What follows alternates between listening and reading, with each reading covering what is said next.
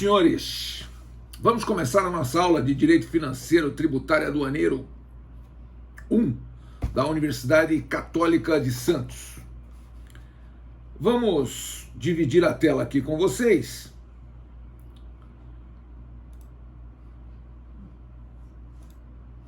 Para a gente colocar em primeiro lugar esse slide aqui, aquele que eu ainda não postei, mas vou postar. Veja só, nós vamos enfrentar, ao longo dessa disciplina, nós vamos enfrentar 11 princípios constitucionais tributários. Né? Quais sejam?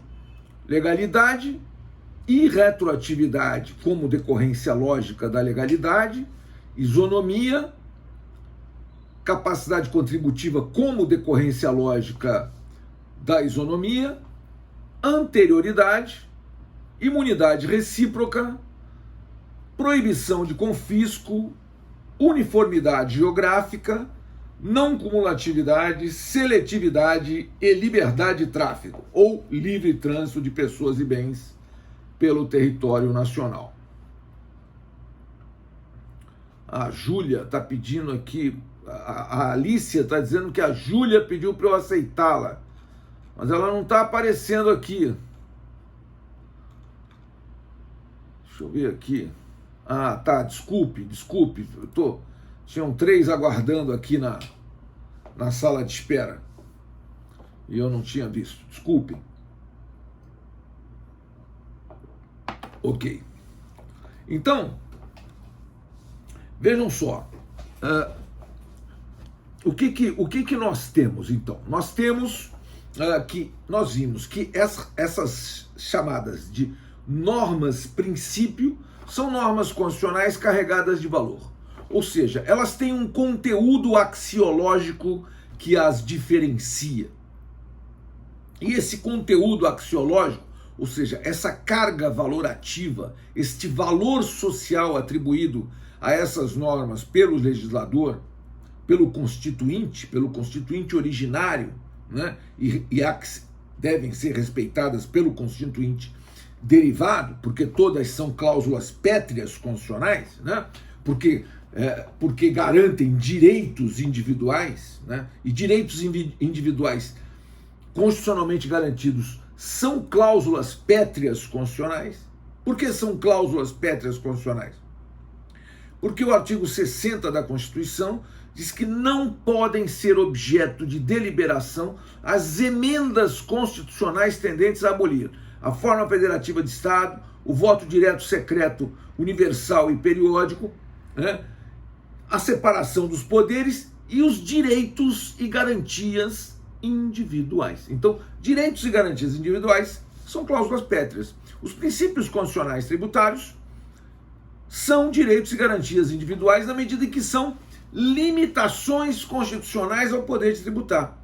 Vejam, senhores, estamos todos enfrentando vários dispositivos que estão sob a rubrica das limitações constitucionais ao poder de tributar. Qual é a função de uma Constituição?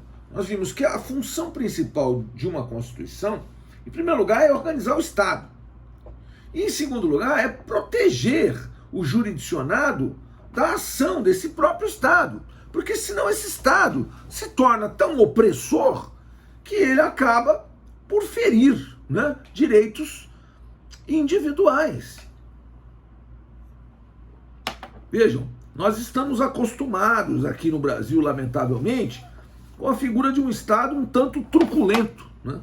O Estado tem que ser menos truculento e mais assegurador dos direitos das pessoas, e não um Estado opressor, né? Muito bem, mas nós somos uma democracia, isso é uma conquista nossa, não é uma conquista do governo A, do governo B, do governo C. Conquista do povo brasileiro. Nós somos um Estado democrático de direito. Aqui nós elegemos o presidente da República, elegemos os senadores, os deputados federais, os deputados estaduais, os governadores e os prefeitos, né, e os vereadores. Então, todos os cargos tanto do legislativo quanto do executivo, são cargos, os cargos, eu digo, os cargos principais, né, são cargos para os quais as pessoas se elegeram. O judiciário é que, veja, ninguém foi eleito para ser ministro do Supremo Tribunal Federal. Mas foram nomeados pelo presidente da República, né, numa lista tríplice que chegou para ele lá, sabe-se Deus como, né?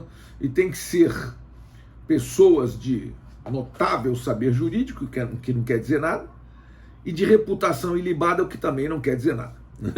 Então, enfim, basta que você seja amigo do presidente da República para que seja guindado ao Supremo Tribunal Federal. E daí, vejam, dá no que dá. Muito bem, mas então essas normas constitucionais são essas normas constitucionais carregadas de valor. Segundo os meus registros aqui, nós já enfrentamos o princípio constitucional da legalidade, da irretroatividade como decorrência lógica da legalidade, vimos o princípio da isonomia, vimos da capacidade contributiva como decorrência lógica da isonomia, e na aula passada vimos o princípio constitucional da anterioridade. Está correto isso? Foi anterioridade o princípio que nós vimos na aula passada? Pois muito bem. Então, hoje nós vamos enfrentar, consequentemente, vamos enfrentar os princípios da imunidade recíproca, da uniformidade geográfica e da proibição de confisco. Muito bem, vou dividir novamente a tela aqui com os senhores.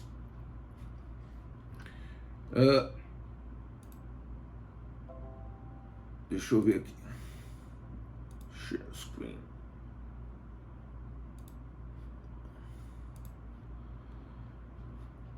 Vejam, o princípio... Alguém quer falar alguma coisa? Ixi, espera aí. Deixa eu ter... Entrou alguém com o áudio aberto aí? Eu tenho como modificar aqui, sem problema. Voltando a dividir a tela com os senhores.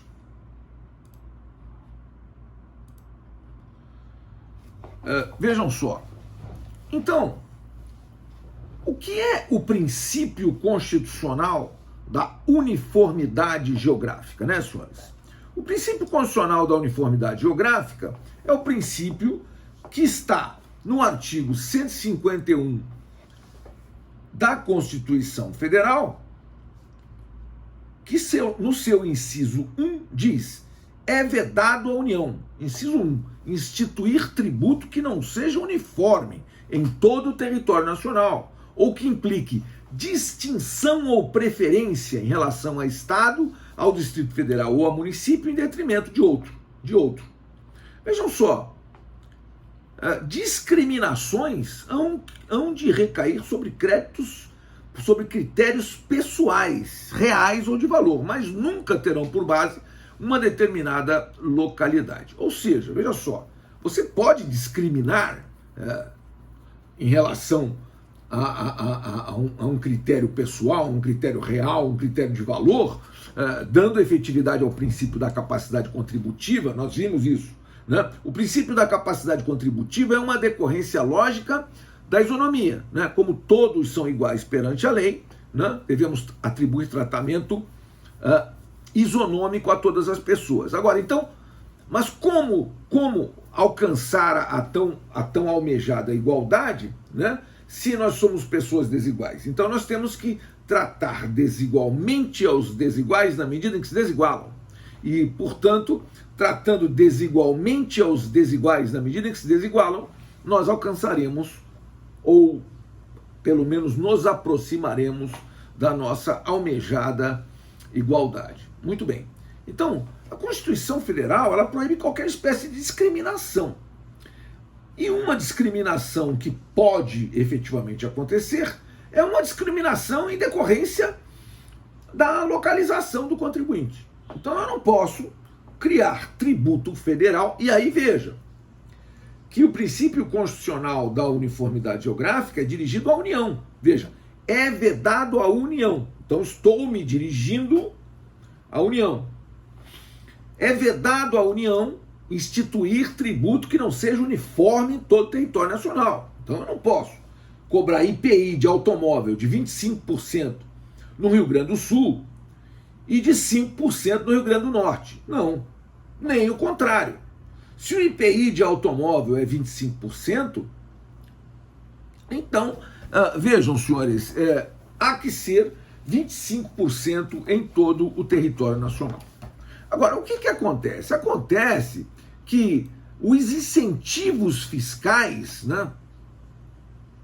Os incentivos fiscais sempre são possíveis de serem implementados.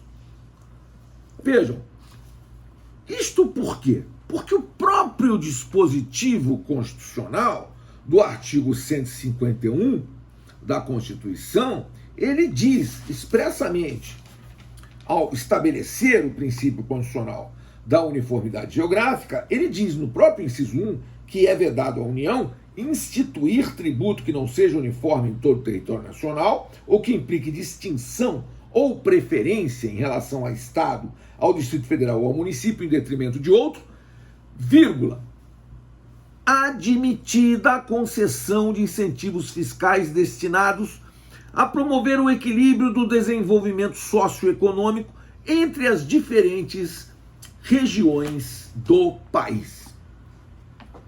Vejam, senhores, o quanto isso é importante, né?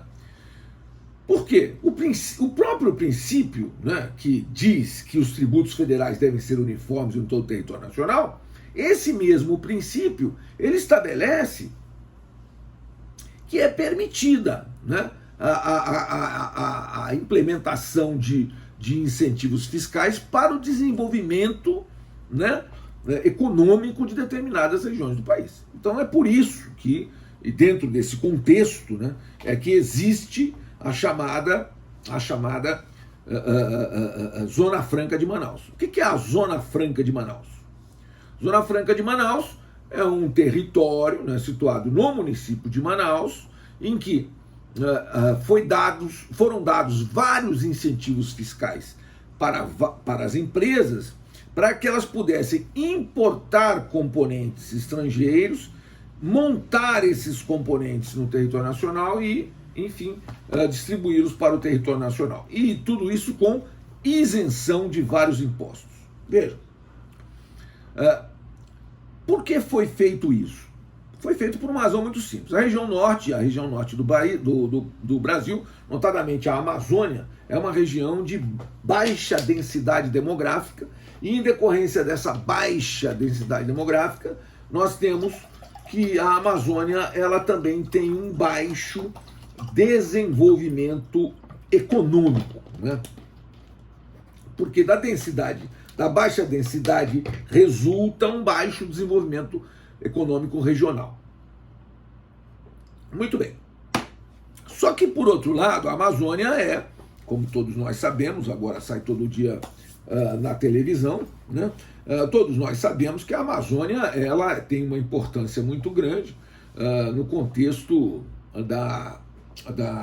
do equilíbrio ecológico do país e do mundo. Então, nós temos uma região com uma floresta densa, que não pode ser destruída.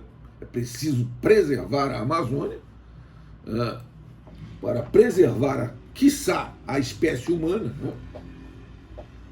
Então nós temos que preservá-la. Então o que acontece? Como é que se ia incrementar o desenvolvimento econômico de uma região que é completamente, a maioria do território dessa região é coberto por florestas e a atividade econômica é baixa? Então criou-se uma indústria de montagem, ou seja, a importação de componentes para montagem gerou uma indústria, um parque industrial muito grande. Hoje é fortíssima a Zona Franca de Manaus, né? Uma zona completamente ocupada por indústrias, né? Um número bastante grande de indústrias, e essas indústrias elas foram para lá por quê? Por que uma indústria vai se deslocar do polo consumidor para um local distante no país. Se ela vai aumentar os custos de frete, né? Por que ela vai fazer isso? Por causa dos incentivos fiscais que têm que ser dados. Então, criou-se uma indústria não poluente. É uma indústria de montagem não poluente, gerou o quê? Desenvolvimento econômico sem poluição. Então, a Zona Franca de Manaus se encontra autorizada no próprio texto constitucional do artigo 151, inciso 1 da Constituição Federal.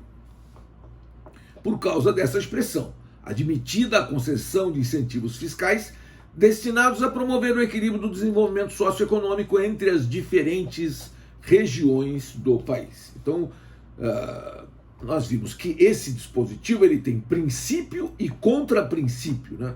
Por quê?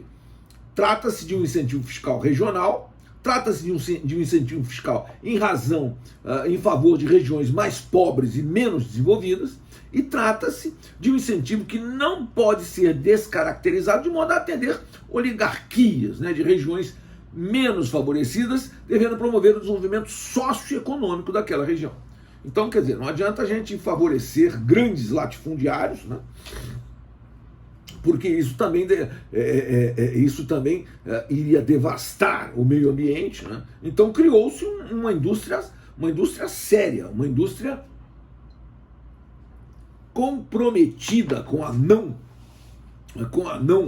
destruição do meio ambiente, e criou-se tudo isso à custa do quê? À custa de incentivos fiscais.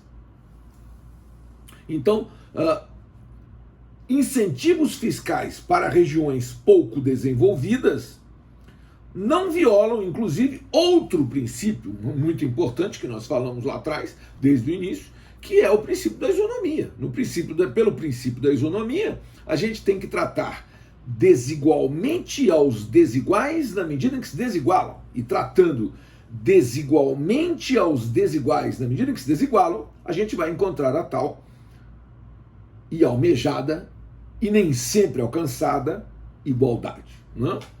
Então, o princípio da uniformidade geográfica do artigo 151, inciso 1, ele há que ser compreendido como um princípio, né?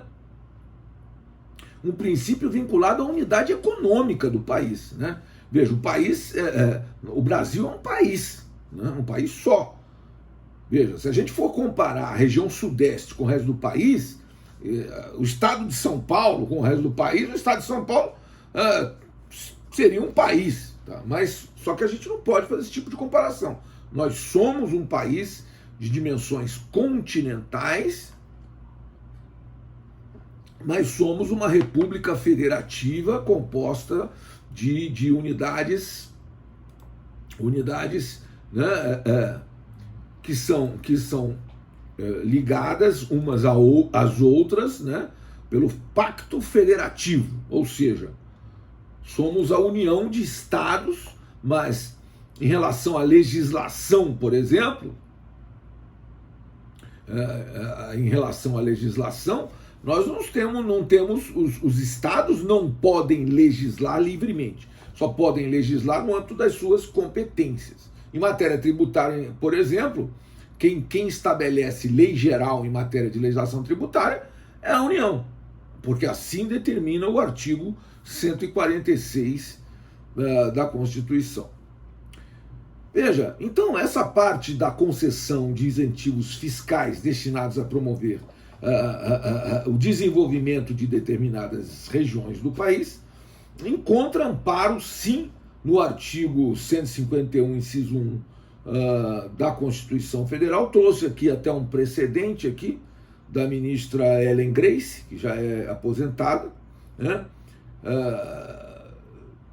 Que pretendia que os contribuintes que entraram com esse processo aqui pretendiam estender, né, as isenções dadas às empresas localizadas na Zona Franca de Manaus a outros contribuintes. E aí a ministra entendeu que não, e o Supremo assim entendeu.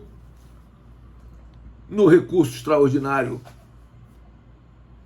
né, aqui 344331, né, é um recurso antigo, 2003, que estabelece que sim, incentivos fiscais destinados ao desenvolvimento de determinadas regiões no país, porque menos desenvolvidas, não viola o princípio da uniformidade geográfica, muito pelo contrário.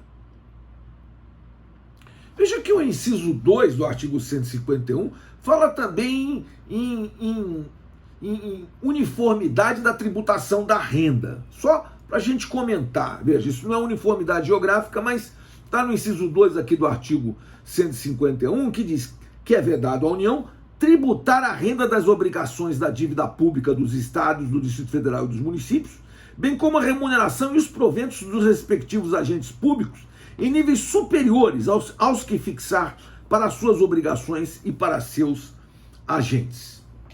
Esse é o inciso 2 do artigo 151 da Constituição.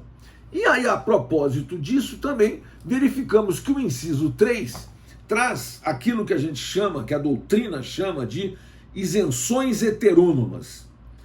Vejam, as isenções heterônomas são vedadas pela Constituição. O que seriam isenções heterônomas, né? Veja, o artigo 151, inciso 3, diz que é vedado à União, inciso 3, instituir isenções de tributos da competência dos estados, do Distrito Federal ou dos municípios. Então nós vimos o quê? Nós vimos que a União tem competência para instituir 7 tributos do artigo 153 da Constituição, inclusive um não instituiu ainda, que é o Imposto sobre Grandes Fortunas. Além da competência do artigo 153, a Constituição tem a chamada competência residual do artigo 154.1, competência extraordinária do artigo 154.2 da Constituição. Os estados têm competência para instituir os 3 impostos previstos no artigo 155, que são ITCMD, IPVA e ICMS. E os municípios têm competência para instituir 3 impostos do artigo 156, que são o ITBI, o IPTU e o ISSQN, o Imposto sobre Serviços de qualquer natureza. Então, veja, 7 impostos de competência da União, 3 impostos de competência dos estados e do Distrito Federal e 3 impostos de competência dos municípios e do Distrito Federal. Portanto, o Distrito Federal tem competência para instituir 6 impostos, porque ele tem competência para instituir os impostos da competência dos estados e os impostos da competência dos municípios, porque o Distrito Federal é um estado-município. Por isso que sempre roubam mais, né? Então, por quê? Porque eles arrecadam mais. Né? Distrito Federal, você pode ver os grandes escândalos com governadores, inclusive o tal do Arruda, cuja filha está agora no governo, roubou milhões e milhões e a pretexto de comprar panetone para os pobres. Né? Zé Roberto Arruda, a filha dele está no governo Bolsonaro. Por quê? Porque o governo Bolsonaro agora está no centrão, senhores. Né? Então, vejam só. Enfim, meu avô dizia, né? Mudam as coleiras, né? Mas a cachorrada continua a mesma. Não se preocupem.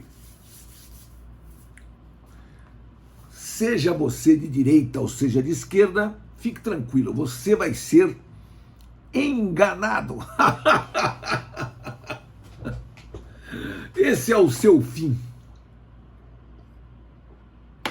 Muito bem. Então, senhores, feita uma análise muito superficial do artigo 151, mas apenas para a gente não esquecer, porque essa isenção heterônoma vai ser muito enfrentada lá na frente, no segundo semestre, quando nós enfrentarmos a disciplina das isenções, né? Lembremos-nos que a isenção heterônoma é vedada pela Constituição, já que a União é quem tem mais competências constitucionais, do 153 e 154, e, portanto, não faz nenhum sentido a União instituir isenção de imposto estadual ou isenção de imposto municipal, porque ela, se quiser estabelecer isenções, que o faça com seus próprios impostos, e não com os impostos de competência das outras pessoas jurídicas de direito público. Por isso a Constituição veda